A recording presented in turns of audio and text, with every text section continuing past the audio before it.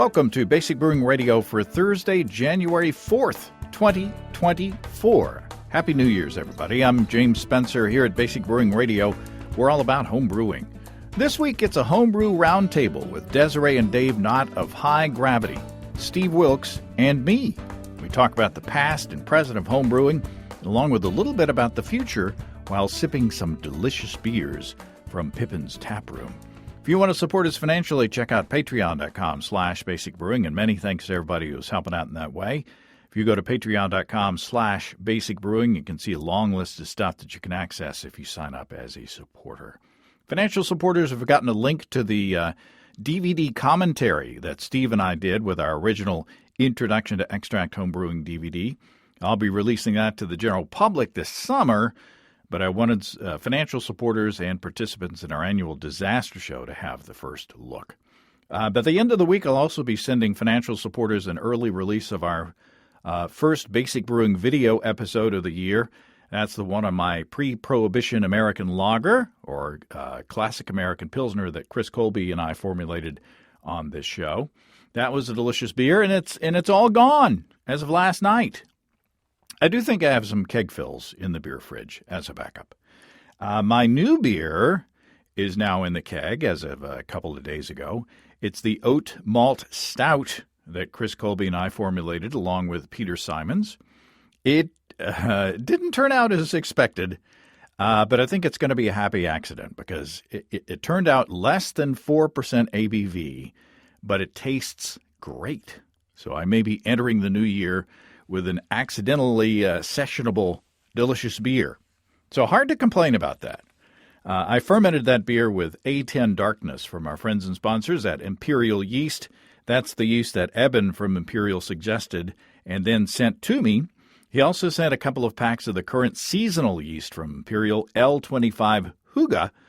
This is a yeast that we've used before with great success. It's a Northern European lager yeast famously used in Pilsner-style beers that complements significant hop additions. Clean and crisp with a very light sulfur profile. I kind of want to brew an extract or beer with that. Watching that Introduction to Extract Homebrewing DVD has me kind of itching to go back to basics and, put some malt extract to work. I think that'll be fun. I think it's cool enough in the basement that I can ferment a lager down there without any refrigeration help. But whatever I choose to brew, I know those 200 billion cells in each easy-to-open package of Imperial L25 Huga will be ready to go to work. Imperial yeast even has a recommended shelf life of up to 4 months. So if you want to pick up a couple extra packs maybe, you can do that. Ask your local homebrew store about L25 Huga from Imperial Yeast and check out all the dependable deliciousness at imperialyeast.com. That's imperialyeast.com. Okay, a few weeks ago, Desiree and Dave came over from Tulsa to pay us a visit. We saw some of the sights of Northwest Arkansas, and they brought us a generous sampler of beers, some of which you can find kits for on highgravitybrew.com. So I thought it would be a great opportunity to start the year off talking to them and to Steve about a whole bunch of stuff. Desiree and Dave, welcome back to Basic Brewing Radio. Good to be here. And Steve Wilkes, welcome back to Basic Brewing Radio. Hey, guys. Hey. I just said that my purpose here today is just to drink beer with my friends and start the year out good. Talking about beer, talking about home brewing, and just spending time with some good friends that I've known for many years, and our friendship. Everybody here, I think, me between each of y'all, our friendship has either started. But grown and is kept, more vital by homebrewing. So, there's something to toast for the new year. So, cheers! Happy 2024. Cheers! Cheers! Cheers! What are we cheersing with? This is the Driller Light. It's the lightest beer we make. Yep, it's our American Light Lager. It's the lightest beer that we make, and it's. I think that Tim, our brewer, does an amazing job with it. It's from High Gravity Brewing Company in Tulsa, Oklahoma, and it's served in Pippin's Tap Room if you're around that area. And can you buy it in the stores as well? Yes, we have it in several liquor stores around town. That's Tulsa, Oklahoma. Yeah. Wow. It's That's awesome. delicious. It's Yeah, it's really very good. So give us the stats on this beer. Is it? I mean, it's called Driller Light. Now, so if you're not from Oklahoma, you wouldn't know what that means. We have a mascot for our town. It's the Golden Driller, and he stands in front of our convention center, and he looks just like the guy on the picture, like an oil field roughneck. And we glommed onto that symbol, and Yeah, so then like we thought it was a cute name, Driller Light, imitating who light. Yeah. So rhymes with light. Yeah. I don't know what you're talking about. I wouldn't tell.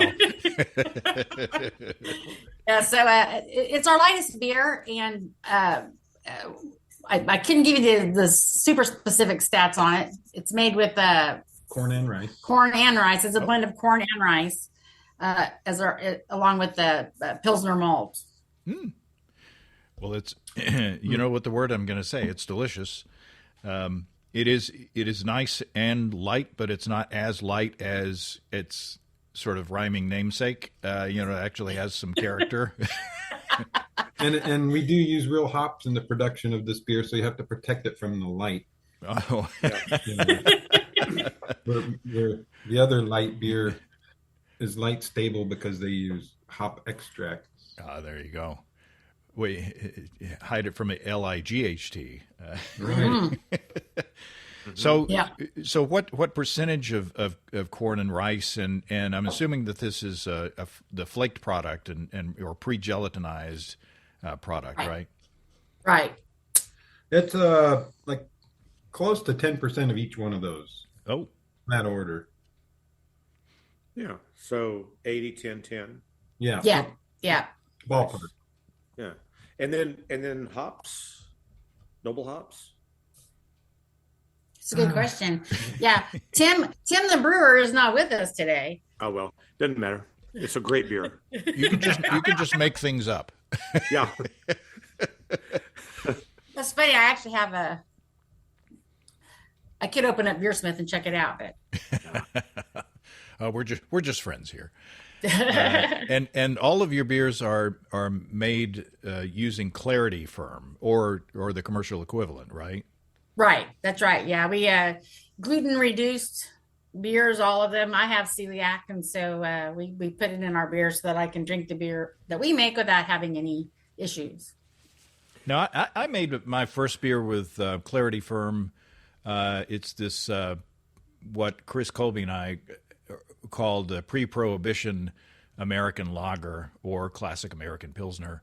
And I used both Clarity Firm and I used a gelatin in the keg to clear it out. And it took a while for it to actually become clear. Right now, it's of course the keg's almost gone, and it's super bright, it's super clear. But is that? And I used like 20% rice, maybe flaked rice, and a mixture of 6-row and 2-row. Does it usually take a while for the Clarity Firm to work, or should I have expected it to go straight out of the fermenter, clear as a bell, right into the keg? So the Clarity Firm, its purpose is to prevent protein haze, and it happens. It should happen pretty quickly. I mean, when we make it in house, how long does he lager it? Like 4 or 5 weeks. He actually lagers ours for at least 3 weeks, and hopefully longer if we can.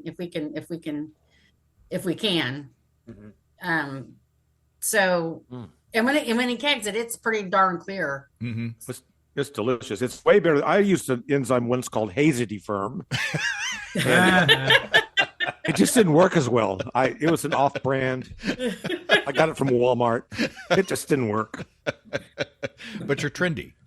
I am trendy. Yeah, I use it. I use it on the East Coast beers. No, it's good, and I think I don't know. I think my beer has been in the keg for like 6 weeks maybe. So maybe that pairs up. that I was, I was wanting, Yeah. I was wanting to be spectacular, right out of the primary fermenter, racking into the keg after like a week, Well, this Yeah. might not have been due to protein. It's that dirty equipment. So how much does the Clarity Firm reduce gluten? So we don't actually have the big bucks to test our beers, but Sure. if you go by the dosing that they recommend, it's under 20 parts per million, which is what's required to be considered not harmful to people with celiac. Sure. Wow, that's pretty cool. Yep. No, I do have a friend that he owns Neff Brewing here in Tulsa. That's 100% gluten free beer. He doesn't start with any gluten grains, and he used the Clarity Firm a few times as a home brewer, and he still had issues from it. So it's Case by case. It's a case by case, but he's ultra sensitive. Right. Yeah. Well, you're of the. I think we had a conversation many years ago, and you were talking about you're so sensitive that if you can't go in the grain room essentially because the dust coming off of the grain mill can affect your skin, right? It affects my skin. Yeah. If I'm around the dust a lot, it'll definitely affect my skin. Wow. Perimeter alert. Remember, Right? You can see where you've been. So Dave can hide your Christmas presents in there. That's right. It's a safe place. Well, one of the topics that we want to talk about, and Steve brought this up the other day when we got together, is kind of like, I think we all started homebrewing at about the same time. Steve and I started around 96, around there somewhere, and things were a whole lot different then. Plus, we did this DVD commentary thing where we, went along and looked at our first introduction to extract homebrewing DVD, and kind of commented on how things have changed since then. But Desiree and Dave, when did y'all start homebrewing, and kind of give us a picture of what the state of homebrewing was back then as a hobby? Well, I started perhaps in the early 90s, 91 or 2, and things were really taking off about that time. It was gaining popularity all across the country. Craft breweries were popping up everywhere. It was a hobby for a long time until about 2004. And we, after 20 years of IT, decided we'd had enough of that. And we're trying to come up with another idea to spend the next 20 years of our lives doing something completely different. And here we are. Homebrewing was still continuing to gain popularity for several years after we opened our business, where we had amazing growth year over year for several years. But I think all of the craft breweries that came out of that popped up everywhere, and now a lot of people used to make beer because it used to be more of a reason to make your own beer. It wasn't available. Right. Yep, that's very true. And a lot of the home brewers are now commercial brewers. Indeed. Yes, indeedy. Yeah, my best customers were all commercial brewer wannabes, and some of them became commercial brewers. But by that, guys come in and brew 5-10 gallons every week. It's like, good Lord, how you can get through all that beer? And the next thing I knew, a year later, they're opening a brewery. Yeah. Right. There were 0 breweries in Tulsa, Oklahoma when we started in 2004. Yeah. And now there's about 15 or so. Wow. And a couple in planning. And back in the day, it seems like it was kind of an age of repurposing, because homebrewers had to take like soda pop kegs, soda pop syrup kegs to make kegging equipment out of. They had to take beverage coolers to make mash tuns. They some Right. of them illegally repurposed commercial kegs to make keg cookers, to use as kettles, and using burners that were either used for turkey fryers or for Cajun cookers or whatever. And so it was kind of a handyman's or handy person's hobby back then, because you just kind of had to use stuff that you found. Right. Mash tuns or igloo coolers, Exactly. Yeah. And homemade, what do you call it? The things in the bottom, with False bottom, the false bottoms, or the manifold. Manifold. Yeah. That's the word. Thank you. I built my first true mash tun. I built from a 40 or 60 gallon cooler, and I built a PVC manifold. It was so jerry rigged. It worked, but I eventually had to put a screen over it because I was just getting too much grain. Too many stuck sparges, but it was just as Rube Goldberg as you could get. Right. But it worked. I made decent enough beer. That's the fun thing about homebrewing is, I'm certain that my beer wasn't very good when I started, but it was drinkable. So you just kept, you kept trying. It wasn't like, oh God, nobody could drink this. Well, there wasn't much good beer around to compare it to. So No, there wasn't. There's a lot of bad beers. Yeah, when we first opened the homebrew store, like in Oklahoma, there was nothing, and the beers that we bought a lot of were Pyramid Brewing, and what was the other one? There was there's Pete's Wicked Ale. I think. Pete's Wicked Ale Back in the day. Yeah, that was kind of all you had, and Sammy Adams, and that was kind of it in Oklahoma. Mm-hmm. Mm-hmm. Yeah, and we'd get the German or the imports, whether they're from Germany or not, but they were always 8 years old and been on a container ship for 6 weeks. In a green bottle. In a green bottle. And yeah, I remember, or up when we traveled recently, I had it was the first. Oh shoot, my mind is gone. The Pilsner Urquell, the first Pilsner Urquell that I'd had on tap. And I guess the previous one that I'd had was years earlier in the green bottle, and it was like, wow, this is this doesn't taste like a skunk's rear end.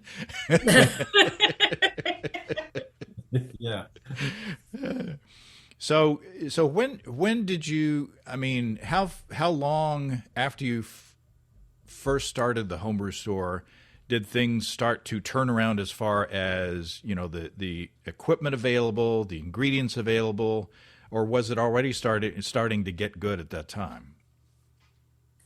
I would say 5 or 6 years into it is when we really started getting a wide variety of grains that you could purchase, and the hops really exploded around then. A lot of hop varieties, became available after they had that hop crisis, where one of the factories burnt down. Oh yeah. And then it was a scramble for a few years, but then after that, it just seems like every year there's 3 different versions of three different hops you got to now try to keep track of every year. Yeah, new experimental hops.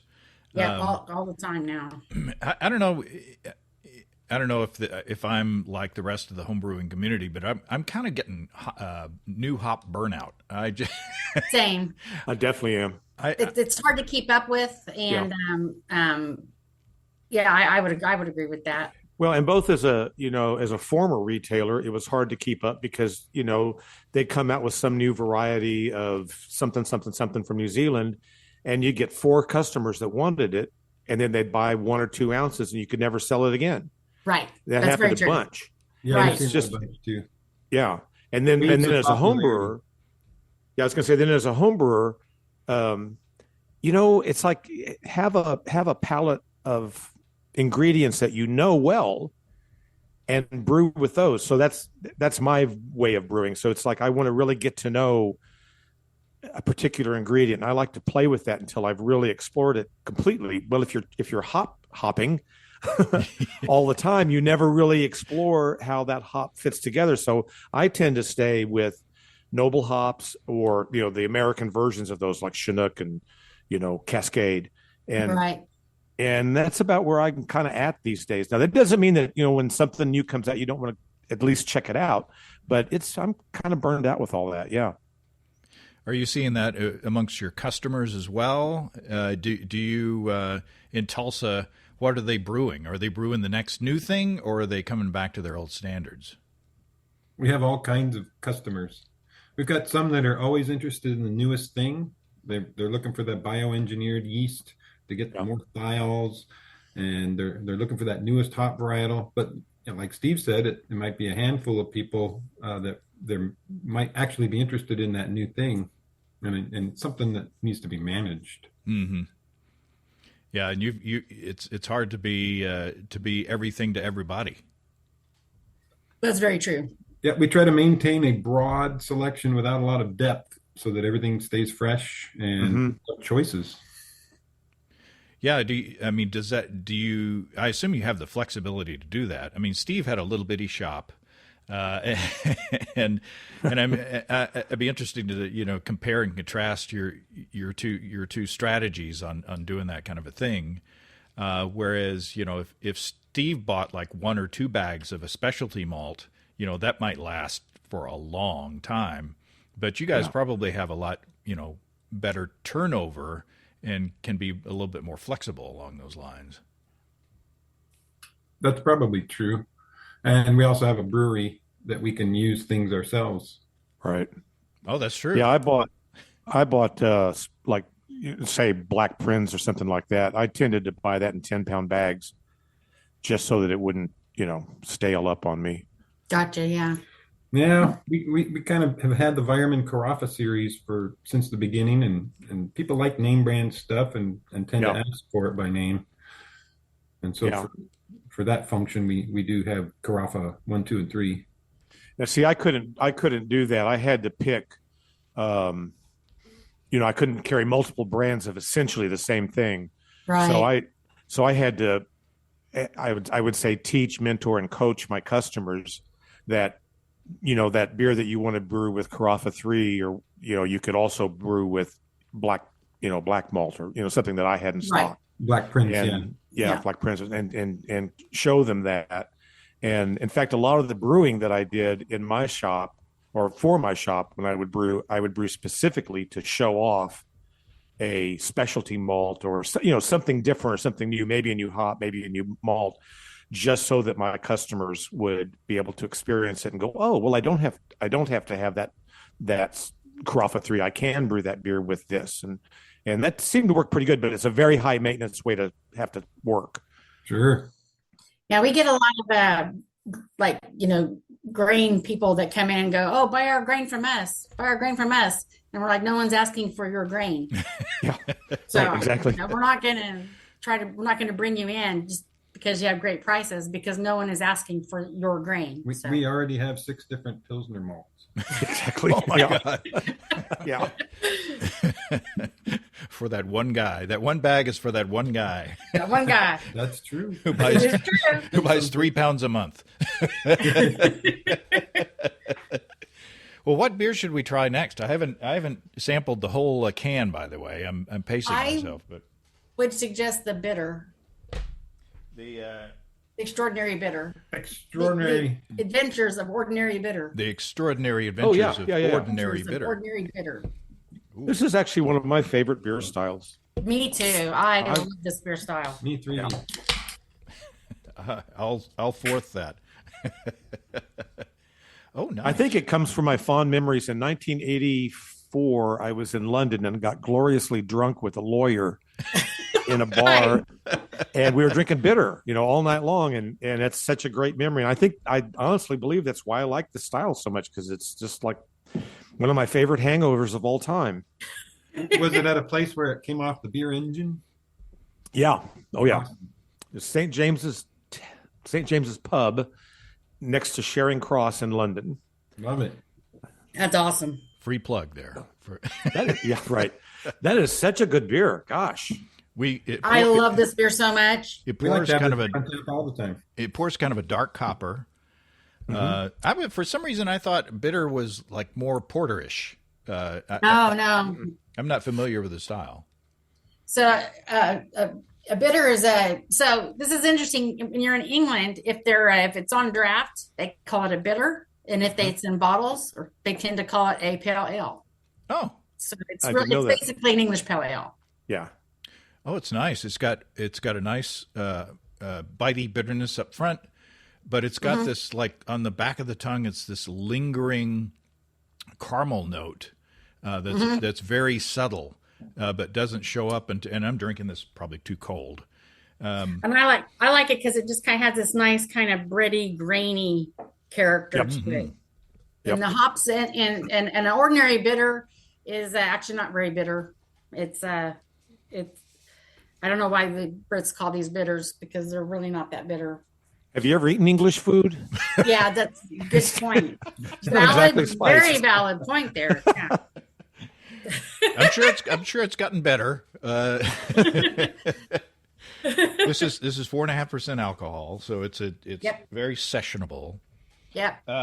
So I'm assuming it starts with, like, maybe Maris Otter, or like an English Absolutely. pale. Yep. Maris Otter. We have some golden naked oats from Simpsons in there, which gives it adds a little bit to the character. Some special roast and some caramel, a very small amount of caramel malt in there. And Kent Goldings are the main hop that's in it. Yeah. Wow. No, That's a you're right. super good beer. It's really got nice head retention. That's I love the color, just this bright amber copper. yeah. So what's the hopping strategy? I assume it's leaning more on the bittering hops than the end of Yes. the boil. Matter of fact, they're that's it. It's just bittering hops. Oh, nice. Yep. Yeah, I could drink. In fact, I have had several cans of it. When we make this for the tap room, I'll bring a keg home. I always bring a keg home. You were nice enough when y'all came to visit a few weeks ago. You were nice enough to bring this flat of beers, and I was like, "Wow, all right." And it was all I could do to save some for this tasting. So I shuffled some off to Steve's house, and then I hid the rest of them behind other things in the beer fridge. I was a good boy. I had these beers and some others for other shows and such. And so my wife was like, "So you've got a lot of beer out there we could share for the holidays." I'm like, "No, we'll go to the store." Yeah, That's Also, both of these that we've had so far are available as kits. Oh, nice. Yeah. That's a good point. Now, I've said in advertising, and I hope it's true, that you're having a tap room there on premise. Gives you the ability to hone recipes and get customer feedback and all that, and then turn them into homebrew kits or tweak your homebrew kits with that feedback. Is that true? Say it's true. We have a lot of beers that were made for the tap room that were so popular they become kits. Absolutely. Yeah. I thought surely that's true, and yeah, it is true. People really like that too. They can taste examples of this recipe at the homebrew store. Oh yeah. Yeah. When did you guys were a winery before you were a brewery, right?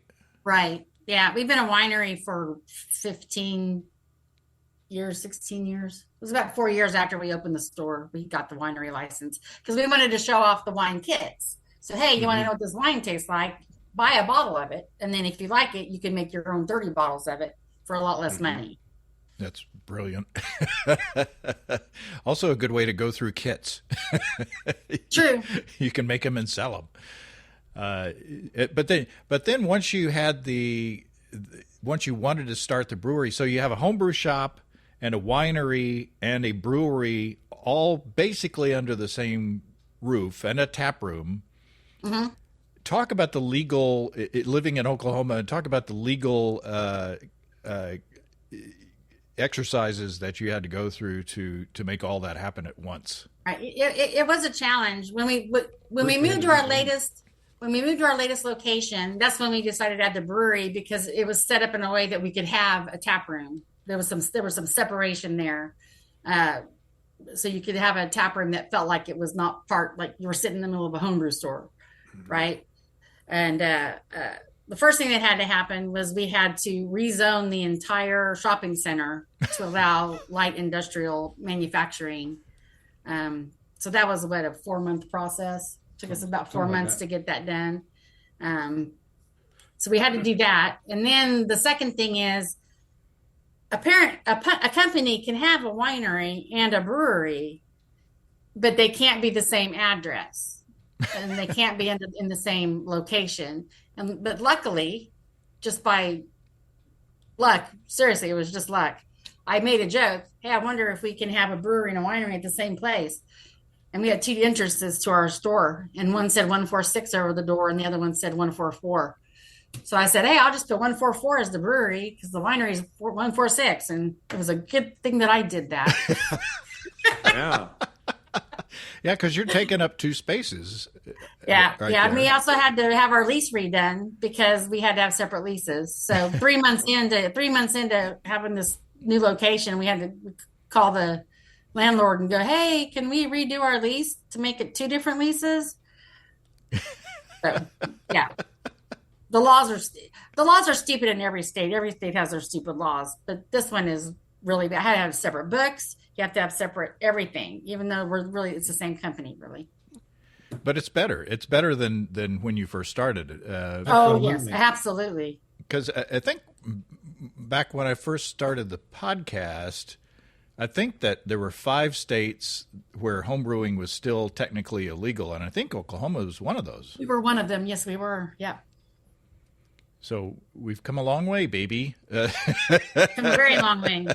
Yeah, and it was 4 years after we opened our homebrew store. Marshall Brewing opened their brewery, which was the first one in the modern era, I guess you would say, to be open in Tulsa and in the current era. And yeah, they didn't know what to do. They couldn't operate a tasting room. They couldn't even have a tasting room. They had to give away samples. They had to get and then at one point they just closed the room, the sampling room completely because they were too paranoid that they were going to break some law and get a big fine. Wow. So they wouldn't even serve samples. That's so crazy.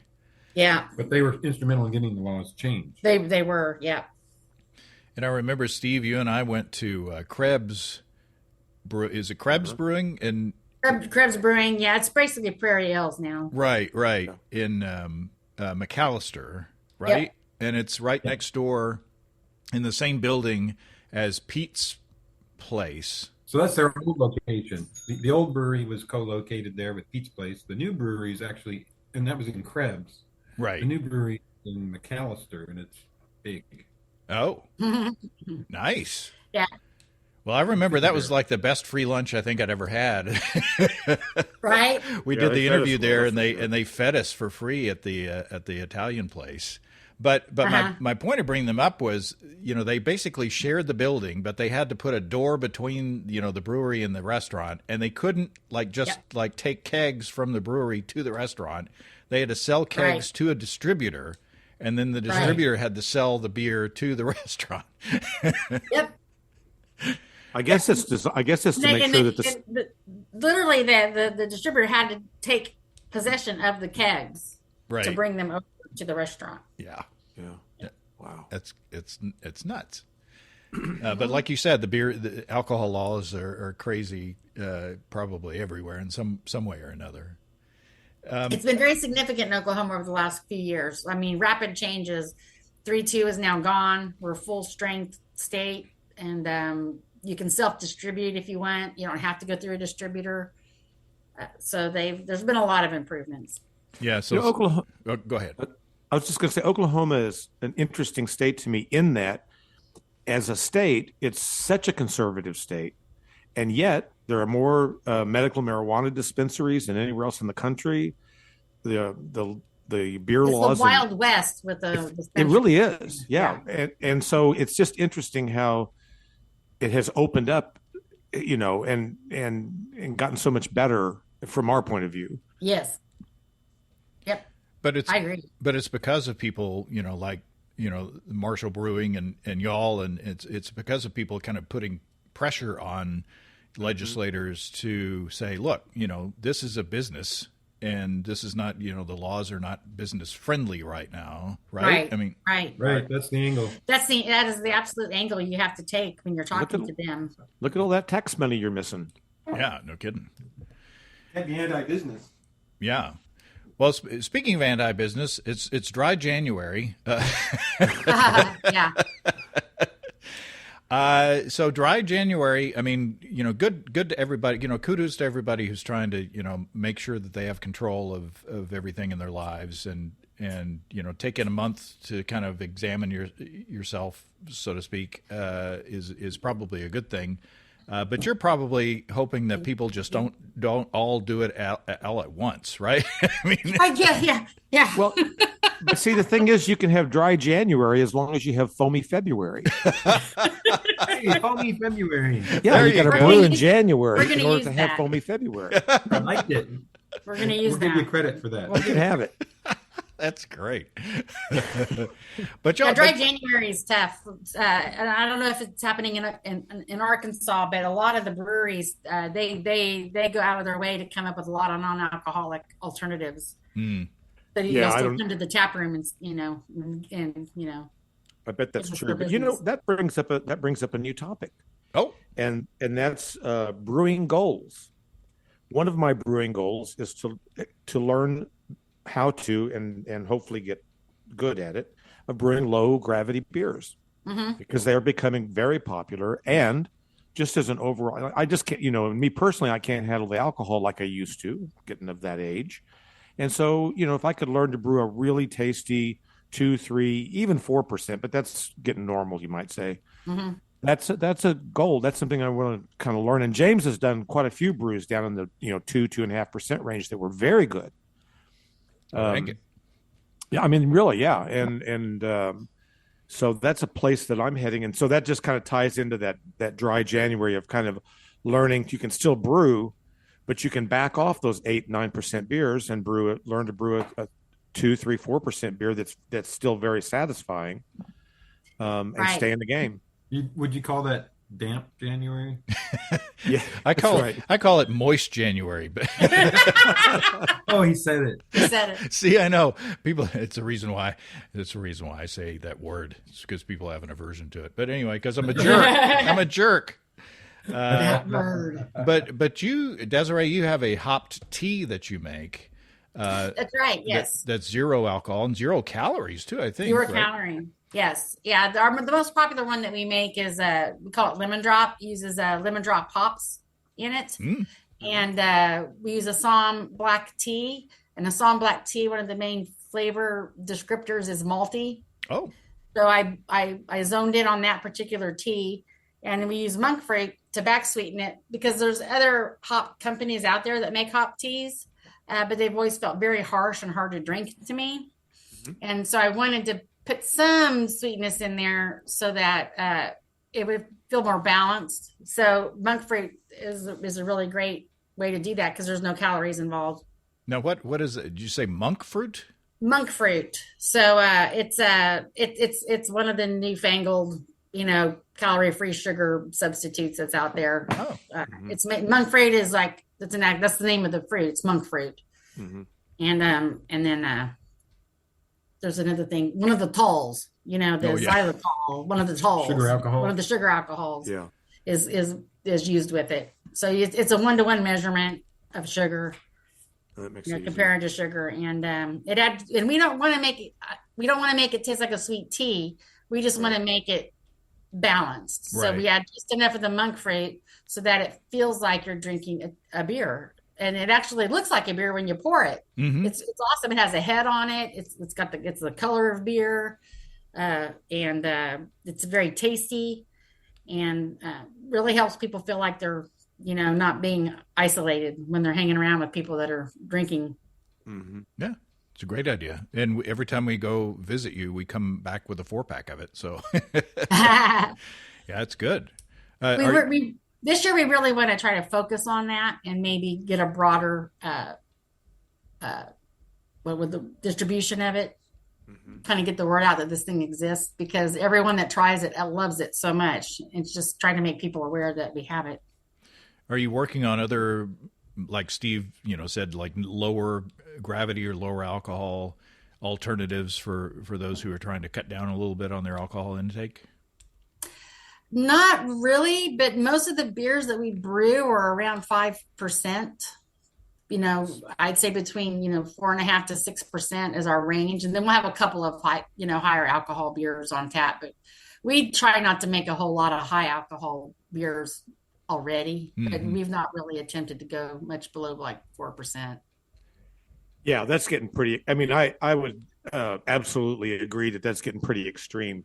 But I have just anecdotally, my son and his friends, and they're 27, 28 years old, and they're all moving either to no calorie or low calorie drinks, or they're drinking cocktails. Yeah. And so they're just kind of moving away from I think what I'm hearing mostly is an anti-hop thing. They're kind of like, I'm just tired of IPAs. I'm tired of that heavy hop thing. We used to have like 4 to 6 IPAs on tap all the time now, but all the time, and now we're like at 3. Yeah. Well, 3, maybe 4 out of our 12 taps now. Down to 3 or 4. 3 or 4 out of 12 taps. But it used to be like 4 or 5 of the 12 taps were hops. Yeah. Sometimes even 6, and now it's like 3, 4. We rarely have more than 4. Yeah. So like a flight of IPA. What do you do? Like a West Coast, an East Coast, a hazy, and a. Yep. Yeah, we have a West Coast style. We have a East Coast style or hazy. I guess that's one and the same. And then we tend to, and we have one that we call a mid coast, Midwest. It's it's kind of a more bittering than the East Coast style, but not as bitter as a West Coast style. So it's a blending of the two. Probably what you would have called an IPA 15 years ago. Yeah, exactly. And maybe just and just a pale ale today. Yeah, it's coming around. It's coming back around. And the thing is, if part of the game is also marketing, and so if you can slap the word India in front of it, it's for a long time that would sell. Like, you just call it an IPA; it'll sell.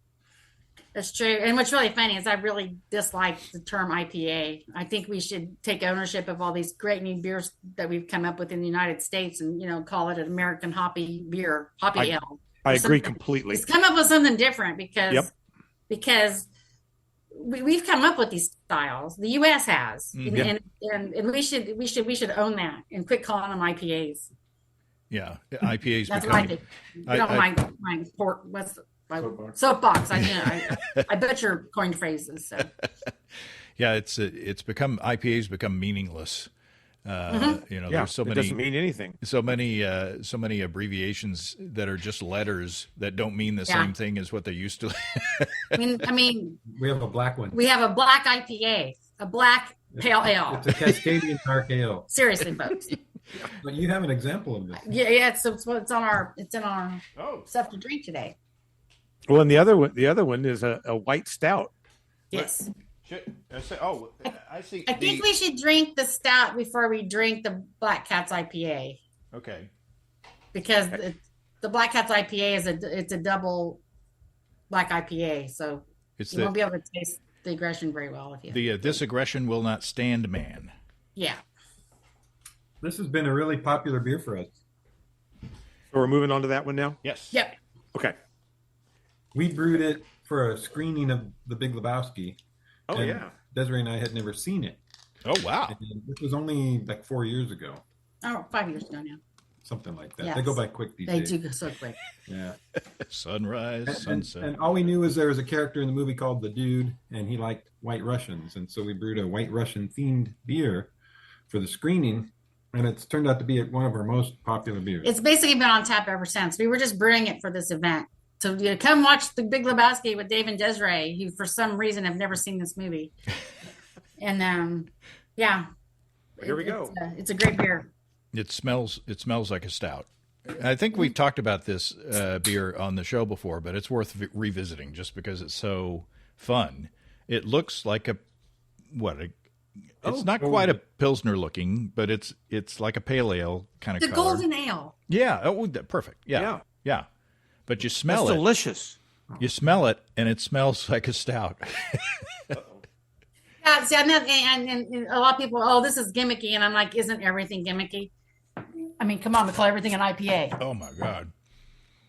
So basically, the idea is you make it taste like a stout and smell like a stout, but then it's this really clear, pretty beer, and Yeah. and That's it tastes amazing. like very, very good homage to a White Russian, I think.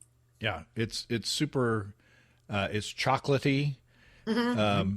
and is it a milk stout? I mean, is there? Yes, there is some lactose in it, and then we have a local roaster double shot that we get the coffee beans from them. For the longest time we used their cold pressed coffee, but we just recently switched to just using the beans, and then we add vanilla. So it's a lactose, coffee, beans, and vanilla into a golden ale. So Wow. you get the stout characteristics from coffee. Yep, coffee and yeah. That's amazing. It tastes like it's got, chocolate malt and, all the darker malts that go into making, a stout or a porter. But then it's clear and it's golden and it's got a little bit of sweetness. It's not too sweet. Right. Yeah, we put in the lactose because, a White Russian has the cream in it. So we thought, oh, well, but it'll be like, so I guess technically it's a white cream stout. Huh. A white cream stout. A coffee cream ale. Yeah. And you've never had this beer, right, Steve? No, not till this moment. It's lovely. I really like it a lot. I love watching people's reaction when they taste it for the first time, and if they don't say something like "Wow," I'm disappointed. Yeah, I get it. When it finishes with that kind of roastiness that you expect from a stout. But I'm wondering if that comes. How am I going to say this? If that comes from hops or comes from grain. In other words, I'm tasting what I would expect to come from a dark, burnt malt. Right. It does have bitterness, and that comes from the warrior hops. Okay, there you go. That's what, yeah. Because that bittering charge at the end is pronounced, but it takes the place of that kind of burnt toast thing. And this That's is really a nice. kit, this is a kit too. That's right. Yeah, we have this as a kit as well. Wow.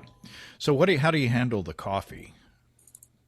So once the fermentation is complete, we take coffee beans and throw them in the fermenter. Uncracked, just whole beans? Yep. Just whole beans. We did a couple of test runs because we didn't want to. So when we turned it into a kit, we didn't want to have the cold pressed coffee because it didn't have the shelf life that we needed. Mm. So I did a couple of experiments with beans, and we kind of took like a hammer mallet and bashed them up and put it in a keg, and then we took one where it was just whole beans, and mashing it up just gave us a lot of particulate in the beer and didn't really make it that much better. So we just went with the whole beans. And it would seem like if you cracked the beans or if you ground the beans in any way, pardon me, you would risk darkening the beer as well. That's very true. Yeah, I hadn't really considered that part, but yeah, So we're just dry beaning. we're dry beaning. Yeah. Dry Java-ing. It's great. It doesn't taste like a coffee beer to me, which is crazy. And maybe it's all just, suggestion, the power of suggestion. Maybe I'm expecting to taste a stout. Smoke and mirrors. Yeah. Exactly. Yeah. It'd be great to blindfold somebody and have them drink this Right. Yeah. and have them guess what the style is. Yeah. That would be fun. Yeah, that's another kind. Yeah, that's another kind of tasting event at your tap room. We have to find somebody That's a show. blindfolded.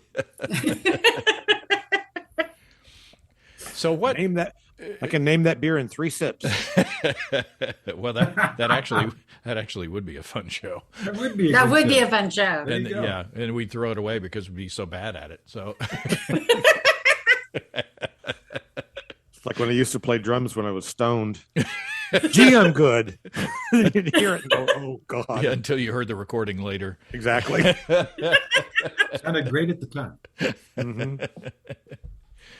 Well, what goals, what trends, or what goals should we think of in 2024 to keep? Because I take it that homebrewing has, if the attendance at HomebrewCon for the past couple of years is any indication, interest in homebrewing has slackened a bit. Is that what you're seeing, or what do you think people should concentrate on that are still in the hobby to kind of keep them interested in the hobby? What are some trends or goals that you see for 2024? Because there's definitely been a decline in the homebrewing world, and I kind of equate it to 2 things. Well, for Oklahoma anyway. In Oklahoma, if you wanted to brew the beer you liked, if you wanted to drink the beer you liked, you had to brew it because you weren't getting it here. Mm-hmm. And then all the breweries started opening up, and all that, and good beer started getting distributed into Oklahoma. And these people that were brewing beer strictly because they couldn't get the beer they liked went, "Oh, hallelujah! I don't have to brew beer anymore," and they stopped. Mm-hmm. And then you also have cannabis. So Yep. so there's other alternatives now outside of beer, alcohol that has also contributed to the decline. So now you just have the people that really want a hobby, like they like the tinkering and they like the playing with it, and trying to keep them engaged is really a challenge. Well, I think that appealing to the foodie aspect of the hobby, might be a good thing to do. I mean, I love to cook. Steve and I both love to cook, and so to me, cooking is not a chore; it's fun. And, coming up with different flavors and things like that. And so in that way, homebrewing it's not a chore to me. It's fun because I get to taste, what I come up with afterwards. And, there's experimental and, so it's not just, like cooking is not just cooking to eat. Brewing is not just brewing to drink, because like you said, there's good beer, just down the street. So maybe sparking people's interest from maybe a culinary or culinary angle would be something to do. It's funny you say that. We had a couple from Colorado come in on Christmas Eve, actually, and they specifically came in there because they wanted to do a beer kit, and that was what most of the discussion was. This is like a recipe. You guys like to cook? Oh, we love to cook. And I said, well, you're going to love brewing beer then, because it's cooking, and it's playing with ingredients, and it's having fun with it. So that's it. I agree. That's a good angle. And we really should use that more than we do. I say, if you like washing dishes, you'll love home brewing, but there you go. That's right. Well, Dave cleans up for me, so I don't experience that. So it just seems like, everything is just magically taken care of after I brew. But I don't do laundry. I still wash the dishes, but Susan rinses. So, it's. I have to say, I am encouraged by attendance in our introductory beer workshop that we do on the last Saturday of each month. Oh, we had a really good attendance last time, and we've already got a pretty good class lining up for the end of January. And so that indicates some renewed interest in brewing. Trends don't go the same direction forever. And we've seen several years of decline. And, young folks are getting a day older every day. Yep. You can't write them all off. Some of them are going to be creative, fun individuals that want to take up the mantle.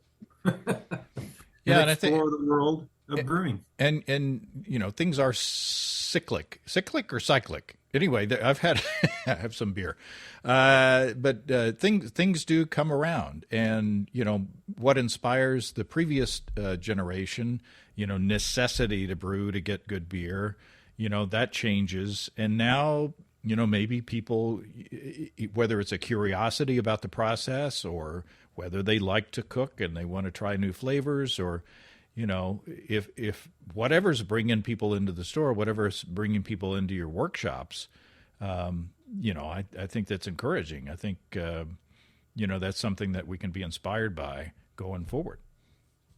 We've also seen a renewed interest in mead. Oh yeah, mead is really picking up. I guess there's a TikTok video out there to show people making a 1-gallon batch of mead, and we've got young kids coming in all the time wanting to get set up for mead, but 1 gallon at a time. Yeah, I sold a ton of those little 1 gallon, both 1 gallon ingredient kits, and then I had a little 1 gallon, equipment kit, and boy, those things just flew off the shelves. Yeah. Yeah, I think that, Groenfell, to mention another sponsor, Groenfell is, selling both 1 gallon and 5 gallon equipment and ingredient. That's right. I heard meat that kits. the last podcast I was listening to. You mentioned that. I thought that's a great idea for them. Yeah, and the reason at least the one I got, the 1 gallon veneer kit's really reasonably priced. It's really, really good honey. So anyway, and I'm giving them a plug, but we love them. We love I'm pretty sure they won't ship to Oklahoma, so I can't try their stuff. So well, I don't know. They ship to Arkansas. So for Oklahoma, you have to purchase a distribution license to be able to send it into Oklahoma legally, and it's expensive enough that if they don't feel like they're going to get enough sales, they're not going to mess with that. But they might be able to sell. Well, you can get the ingredients. I was going to say you could buy an equipment kit but you've already got all that stuff. I need another beer. Where are we going next? Do you want to do the Black Cats? Yeah.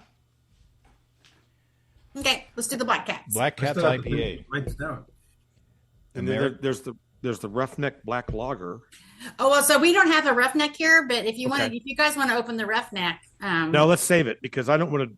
I've got these lovely beers open that I can't drink all of them, so I don't want to open anything we're not going to be able to finish. Yeah, this may be our last beer on Mike. So just so like you say, we don't waste any good beer. Yeah, I was telling my wife I got these out, and I went, "Oh God, these are whole pint pours." I said, "I don't want to open these because I can't drink them all in one setting." Well, you can you can pretend you're still recording and keep the door shut. Yes, that's right. She'll never know. She'll never know until she picks me up for DWI in my own room, walking from your walking from your studio into the kitchen. Okay, this is the Black Cat's Eye PA. Cheers, y'all. It's hard coming up with names. It's really hard. Oh, that's good. That's really good. Now it's Lovely interesting. Head. I'm getting more roasty character from the golden beer than The Black Cats. Yeah. Yeah, I am too. So the Black Cats IPA, it's it's about 74-ish% pale ale malt, and then we've got 10% of it's Munich, light Munich. Mm-hmm. And then 7% of it is caramel malt, and then the rest of it is chocolate malt and chocolate wheat. That's nice. It's sort of the grain bill of a porter with the hop bill of an IPA. West Coast IPA. Yeah, West Coast. Yeah. Yeah, and it may be the bitterness and the hops that are scrubbing off, those roasty characters, or rounding them off. So this has Amarillo, Citra, Columbus, and Simcoe in it. Wow. Yeah, it's way good. I'm getting all those American hops. I'm getting really hop forward still, but they don't. It's hop forward, but it's not hop overwhelming. Right. It really plays well on the tongue. Yeah.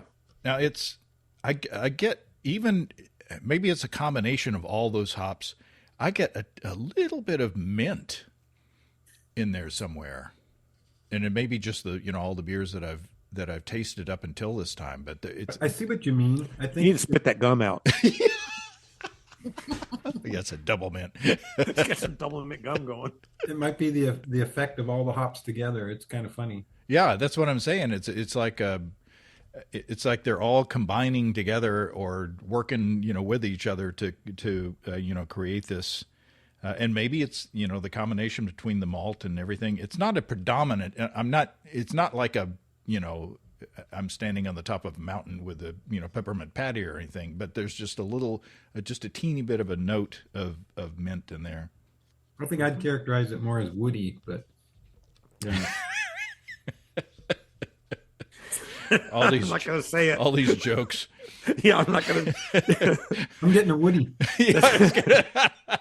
That's a number 1, a number 3, and a number 7. I was going to say, I'm being nice. There's a lady present. We have to be.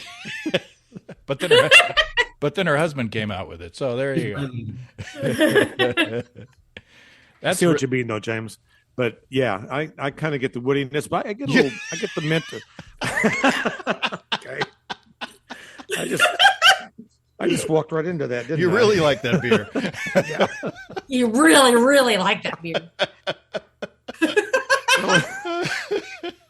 It was hard, but now it's much softer.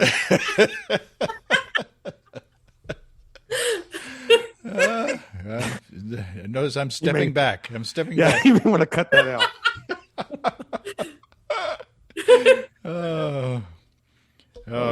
No, it's good. It's good. It's not. I've had some of this style that are really kind of harsh. Mm-hmm. The bitterness from the hops and bitterness from the dark malts, that roasty kind of, it's almost astringent kind of character, kind of clash, and it's 1 and 1 plus 3 on that side of things. Right.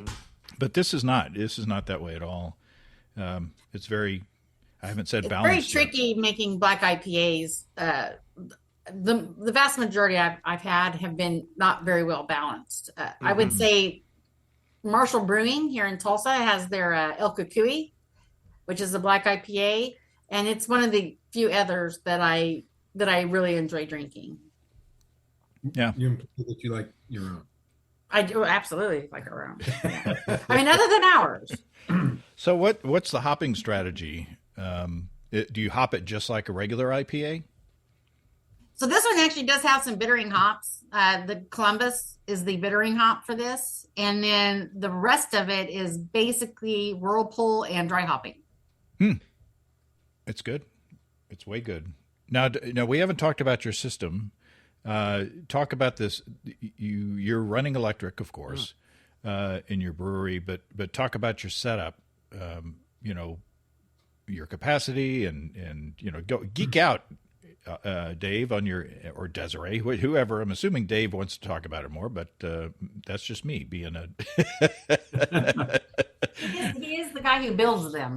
Well, yeah, a couple of years ago, we outgrew our 1-barrel system and we got a 3.5 barrel system from Blickman. But I did build our own controller for it. And we can squeeze out 5-barrel batches. And we do have 5-barrel fermenters. And so a lot of times, sometimes we'll do that for a low gravity beer. But Tim, my son-in-law, likes to brew around 2.5 barrels at a time. So he'll often brew the first half of a beer on day 1 and the second half of the beer on day 2 and pitch it on top of the already fermenting first half. So it's Wow, yeah. Is it? Would you describe it as a tradition? Is it more of a homebrew system or is it more of a commercial brewing system? As far It's a as commercial brewing system, but it's a 2-vessel configuration. There are 3 6,000 watt elements in the kettle, and during the mash, the wort is slowly recirculated through the kettle like a 2-vessel system typically does. The temperature in that large volume doesn't really drop during a 1-hour mash, and so we don't worry too much about that like you would in a smaller system. You'd have more heat loss. Well, it's a cool setup. And it's if you go to the homebrew store, you can, or the tap room, you can walk around, you can wander around in there between the two addresses, and brewery tour. yeah, you can get an official tour. But it's whatever y'all are doing. Be sure to tell Tim our kudos because all of these beers are super clean and delicious and very impressive. So your many years of brewing background and building equipment and all that stuff, it's paying off because and I think the recipes, these aren't beers that I could usually find around here. Your diverse recipe selection, for your beers, it seems like that you guys have a lot of imagination. I mean, you're even selling a pickle beer, for goodness sake. So that pickle beer is stupid popular. We tried to make it seasonal, but people complained. Wow. Give the people what they want. That's true. It's not what you want. It's what they want. Yeah. But it is good. Surprisingly good. Yeah, I will admit it's a good beer. I mean, I used to drink pickle juice as a kid, so I did too. Yeah, we drink little pickle definitely juice. fits that bill. Well, this has been fun. It's a good way to start off 2024. Just tasting beers and having fun with friends and for those of y'all who are enjoying dry January out there.